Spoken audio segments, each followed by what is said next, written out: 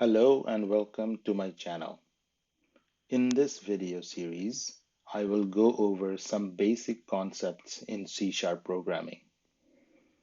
If you have no prior experience in coding and you are interested to learn, stay tuned. I'll try to keep each video short and go over a single concept in detail. So let's start. What is C#? C#, written as C with a hashtag, is a programming language. With this language, you can build desktop programs, games, mobile apps, websites, and much more. Before we start coding, we will need some tools to write code and to run it. I will use DotnetFiddle. DotnetFiddle is a website where you can write and execute code in a browser window. The best thing is you don't need to install anything in your own machine. I think this will be simpler for now. Later, when we will do more complex coding, we can use an editor, and I will show you how to install those in your machine. The screen you are seeing right now is DotnetFiddle. I have already loaded DotnetFiddle in my browser window. This is DotnetFiddle you can see in your screen.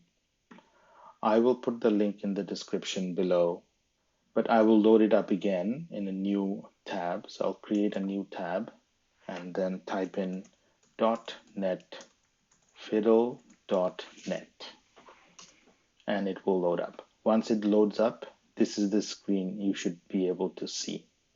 This main area is where you are going to write code. And this section at the bottom of the screen is where the output of that code is going to be displayed. And on the top part, you will have these buttons. Now I'll go over each button one at a time. The new button will create a new fiddle or a new program. So if I click on new and click on OK, it just creates a new fiddle. We call fiddle. And the save button will save whatever you've written here with a name. So if I give this a name, program1, and click on save, it will be saved. Now, in order to save them, you have to create an account or you have to register an account. And once you save them, you can access them by going into your account name and go into My Fiddles, and you should be able to see your fiddle saved. And you can reopen them by clicking on the one that you want to open. The run button is the one that we need to focus on. So once we write a code and click on run, this code will get executed. So if I click on run, if I change it to hello C# or C# world and run, the output changes. Don't worry about these codes right now because we're going to go over the codes in more details later. The share button and the collaborate button, these are buttons if you want to share your code with someone. Then the tidy up button is a good one. If your code is not formatted properly, for example, let's say my code is like that, it's going to be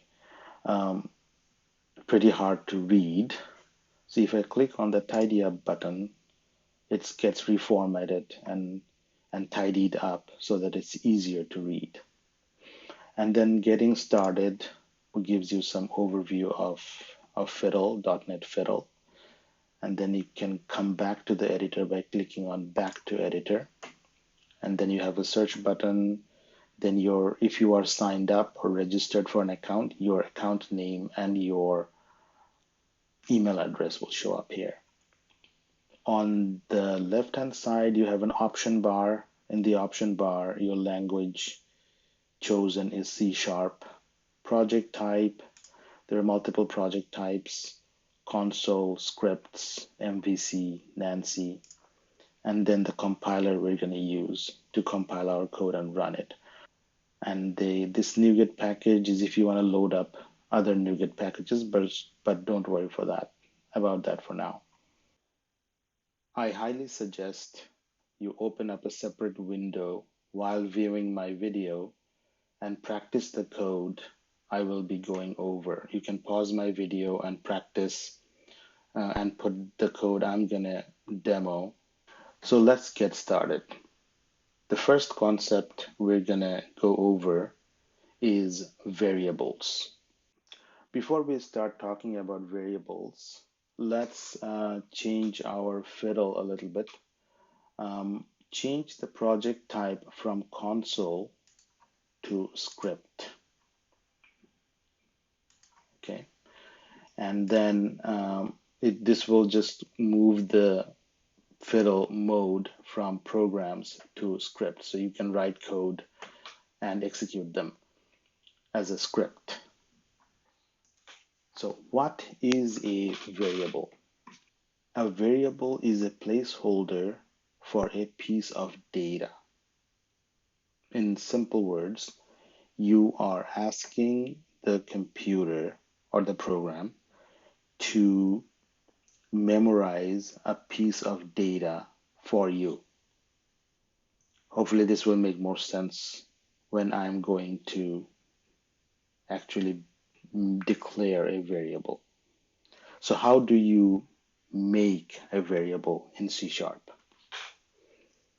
in order to make a variable in C#, you have to tell the program first the type of the data you want the variable to hold. In C#, like there are different words that represent a data type. For example, texts in C# is represented as string.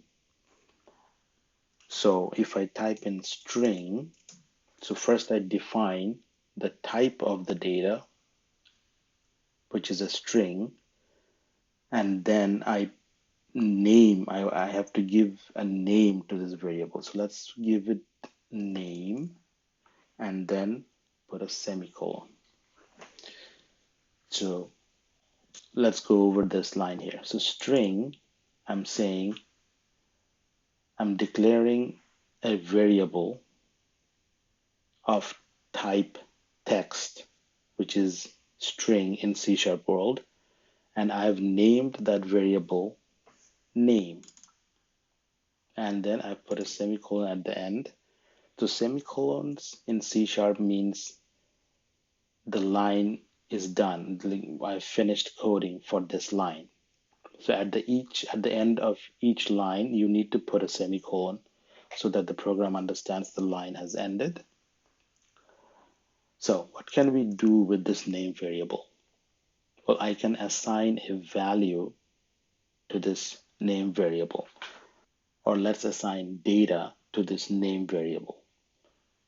The way you assign data to a variable is with an equal sign. So you say name equals. Now, since this is a text data type, which is we're saying this name should only hold text. So all text data has to be enclosed with double quotes. So double quotes, let's say John Doe, and semicolon to end the line. So now I have assigned data John Doe to the variable name. I can also define a variable to hold numbers, like integers. Integers in C# is represented by the word, or I should say keyword, int. I'm going to define age. So I've defined a new variable named age, and I said the age will hold only integers in them. So I can say assign age equals to 30 and semicolon. Okay. So if I added a text data to age, I will get an error. So I cannot do age equals to John because age can only hold integers. It cannot hold any text data. So this is why there's an error message coming up saying cannot implicitly convert type string, which is John, which is saying it cannot convert the text John into an integer, which is an error. Okay, so now we've added or defined two variables. What can we do with them? Well, we can ask the computer, or we can ask the computer to print the value of this variable. So if I write console dot write line and then give the name of the variable, which is name. So let's go over this line. So console represents, for now, just understand console represents your output screen. In fiddle context, this means this section here. So we are saying console, we're asking the program to write a line into the console. And what should the program write in the console? We're saying write the value of the variable name into the console. Okay, so if I click on run, so the program writes the value of the variable name John Doe, sorry, the variable name, the value John Doe into my console here. Okay, and then I can also say console.write line age and then run it, and then it should also print out the age. Oh, sorry, the age. Now this is a good thing that happened. It's a compilation error. So if there's an error and the error is saying the name age does not exist in the current context. So you can see the mistake I made. So the variable names are case sensitive. Age with a small a is not the same as age with a capital A. So variable names are case sensitive. So I need to put an A with a smaller a and then click on run. Now you should say that the printout is 30. The output is 30 now. What else can we do with the variables? I can reassign the value of the variable. So I can say age equals 40. And then if I ask the program to write the age, value of age into the console again, write line age. So before it was 30, this console line will print 30, and then I have reassigned the value to 40, and this console line will write 40. So if I run it, there. So you see, it's 40 is written. So the age now, the variable age, has a value of 40 now. You can define a variable and assign a value to it in the same line. You don't actually have to define the variable in a line and then on a separate line assign a value. You can do both of these things in one line. So I can do int a number equals 5. So I've just assigned a number. I've just defined a new variable called a number and assigned the value 5 to it. So now there is another way of defining variables. So far we've been defining the data type of a variable. Like for name, we've defined it as a string. For age, we've defined it as an int. And for a number, we've defined it as an int, as an integer. There's another keyword called var, V-A-R. So I can say var second number equals 10. So what the var keyword does is the var keyword sets the type of the variable to the type of the data that is being assigned to it. So since I've assigned a number 10 to the variable second number, this variable second number data type is automatically set to an integer because the number is an integer. If I said variable a text equals and assign a text data to it, the type of the variable a text will be automatically set to a string. So to summarize, what is a variable? A variable is a placeholder for a piece of data. You define a variable either, if you want to, by setting a type or declaring the type of the variable first, then the name, and then you assign the value to the variable using the equal sign. Or you can use the keyword variable and then the variable name and assign the value to that variable so that the data type of the value is assigned to that variable. Okay, I think this video is enough to go over variables.